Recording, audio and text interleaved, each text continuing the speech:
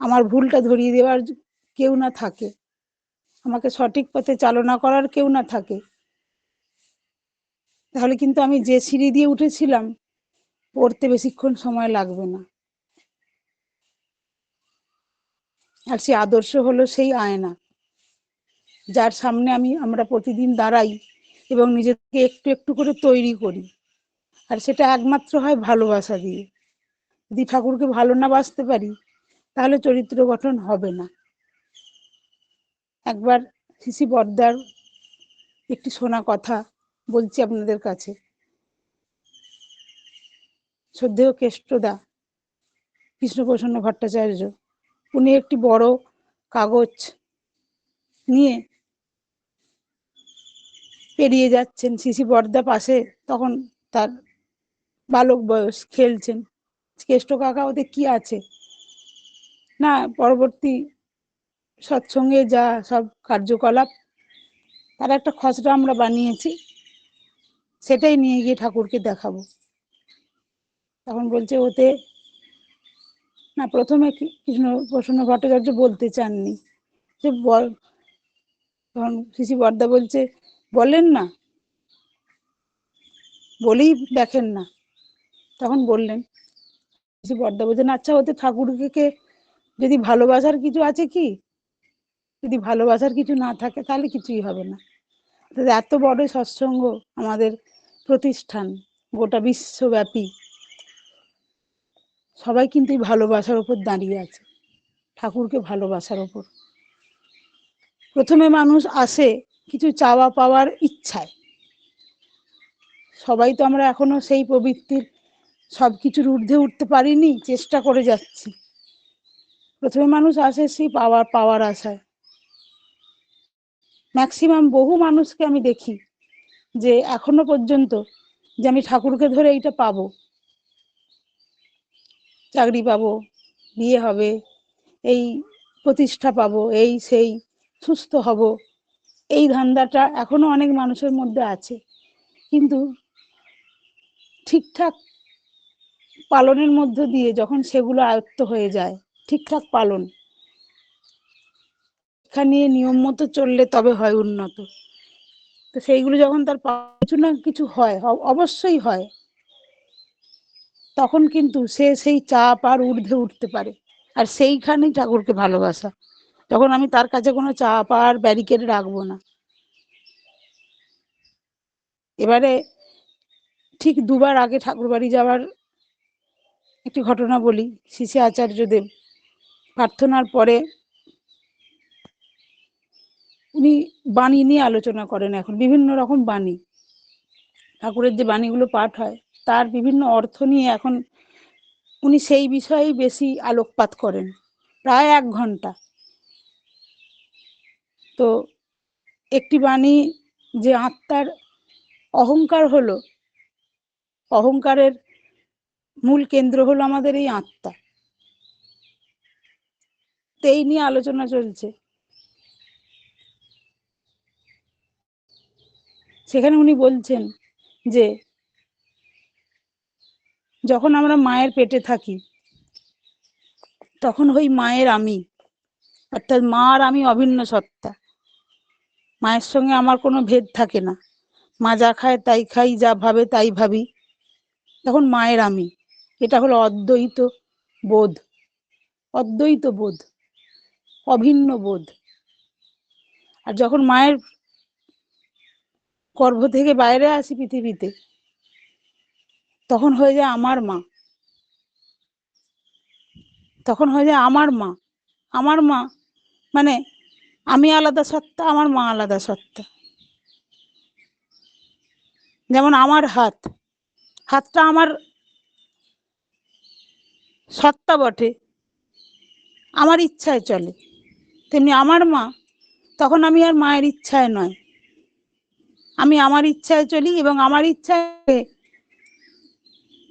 চালনার চেষ্টা করি। এটা হলো দ্বৈত বোধ।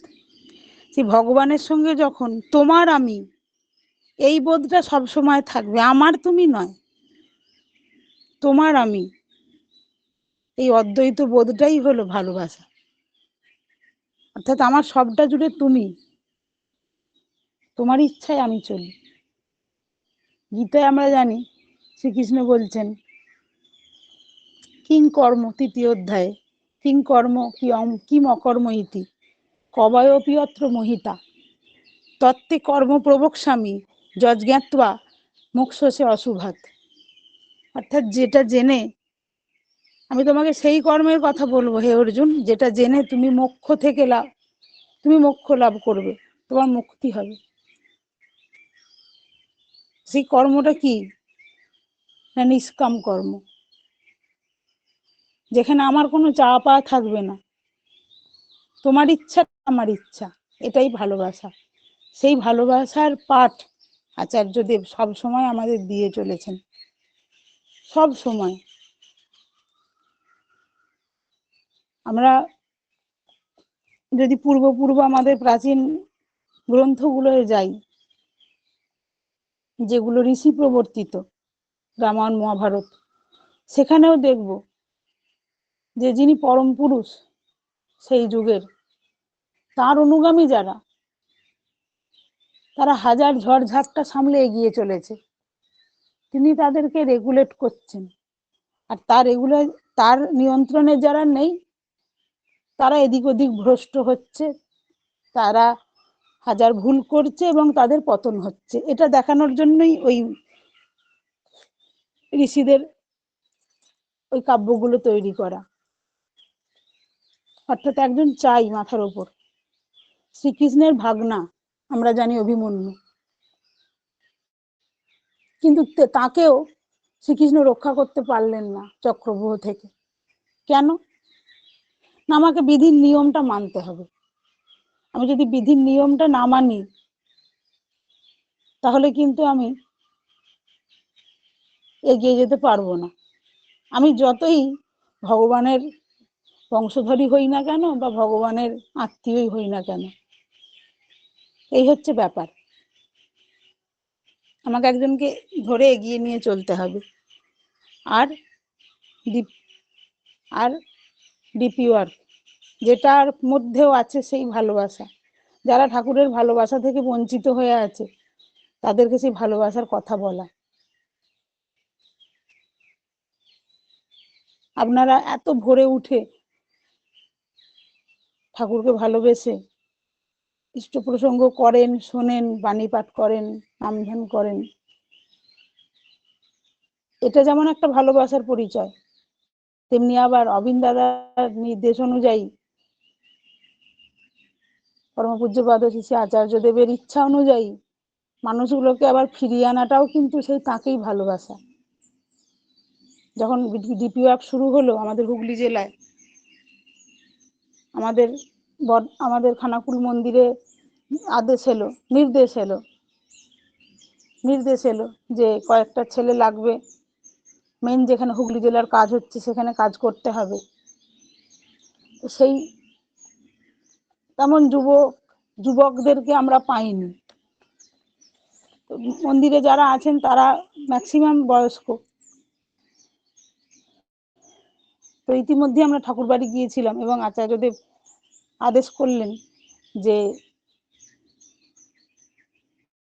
মানে যখন চলে আসার জন্য অনুমতি নিতে গেছি, তখন বললেন এই তোদের ওখানে খুব পার্সেন্টেজটা কম, পারবি না, সেটা বাড়াতে। এত সুন্দরভাবে বললেন, এত মধুরভাবে বললেন। একটা পুরুষ মানুষ যে অত মধুরভাবে কথা বলতে পারেন, সেটা তার কথাগুলো শোনা আগে আমার জানা ছিল না। তো সেই আশীর্বাদ মাথায় নিয়ে এসে 5 জন ছেলে, যাকেই বললাম সেই রাজি হয়ে গেল, গুরু ভাইদেরই ছেলে মেয়ে, সবাই সেই ডিপি ওয়ার্কে যোগ দিল। এবং আপনাদের কাছে গর্বের সঙ্গে বলছি, আনন্দের সঙ্গে বলছি, যারা যারা ডিপি ওয়ার্কে যোগ দিয়েছিল, যে ছেলেগুলো সবাই উচ্চ মাধ্যমিক সদ্য পাস করা, এবং তারা খুব ভালো ভালো জায়গায়, তাদের কাঙ্ক্ষিত জায়গায় তারা এগিয়ে গেছে এবং তারা মন দিয়ে ডিপি ওয়ার্কটা করেছিল। খুব কম সময়, মাস দেড়েক দুয়েক টান হয়ে সেই ঠাকুরের কাজ তারা করেছিল এবং সেখানটায় ছিল তাদের নিষ্কাম কর্ম। আমার এই জন্যই বলা তারা কিন্তু কিছু পাওয়ার আশায় আসেনি।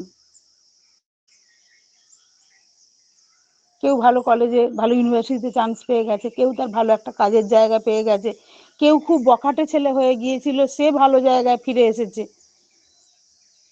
এরম এরম সবাই মোটামুটি তাদের একটা পেটের ভাত জোগাড়ের ব্যবস্থা ঠাকুর তাদের করে দিয়েছেন, যে তারা সেই দিকে এগিয়ে গেলে তাদের একটা জোগাড় হয়ে যাবে পেটের ভাত।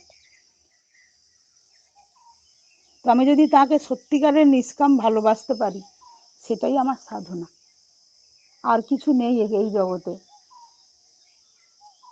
আমি যত যাই করি, যত বাণী মুখস্থ করি, যত বড় বড় জায়গাতেই আমি ঠাকুরের কথা বলি না কেন, যত গাল ভরা বড় বড় লেকচারই দিই না কেন, তাকে ভালো না বাসতে পারি, তার নির্দেশ মতো কাজ না করতে পারি, তাহলে আমার জীবনে কিছুই হবে না। আর তাকে ভালোবাসাটাই আমাদের সাধনা। তাই আসুন আমরা তাকে ভালোবাসি, তাকে নিয়ে চলি, সর্বক্ষণ তার ইচ্ছা অনুযায়ী কাজ করার চেষ্টা করি এবং তাকে খুশি করার চেষ্টা করি। তাহলেই আমাদের তার দেওয়া এই জীবন, সেই জীবনে তিনি খুশি হবেন, তিনি আমাকে তার পথে চালনা করে তিনি আমাকে যোগ্য করে তুলবেন। আর এটাই তো আমাদের পরম প্রাপ্তি, গুরুর আশীর্বাদ। যাই হোক, আমি আর বাড়াবো না, আমি হুগলি জেলায় আছি, এখানে 48-এ প্রার্থনা। আমাকে তো যেই জায়গায় থাকি সেই জায়গার আবহাওয়া মেনটেন করতে হবে, আমাকে একটু এবার অনুমতি দিতে হবে। ঠাকুরের কথা বলার আমি এখানেই বিরাম দিচ্ছি। এখানে উপস্থিত সকলের মঙ্গল কামনা করি, সবাই ভালো থাকুন, ঠাকুরকে ভালোবাসুন, আনন্দে থাকুন। জয় গুরু। বন্দে পুরুষোত্তম।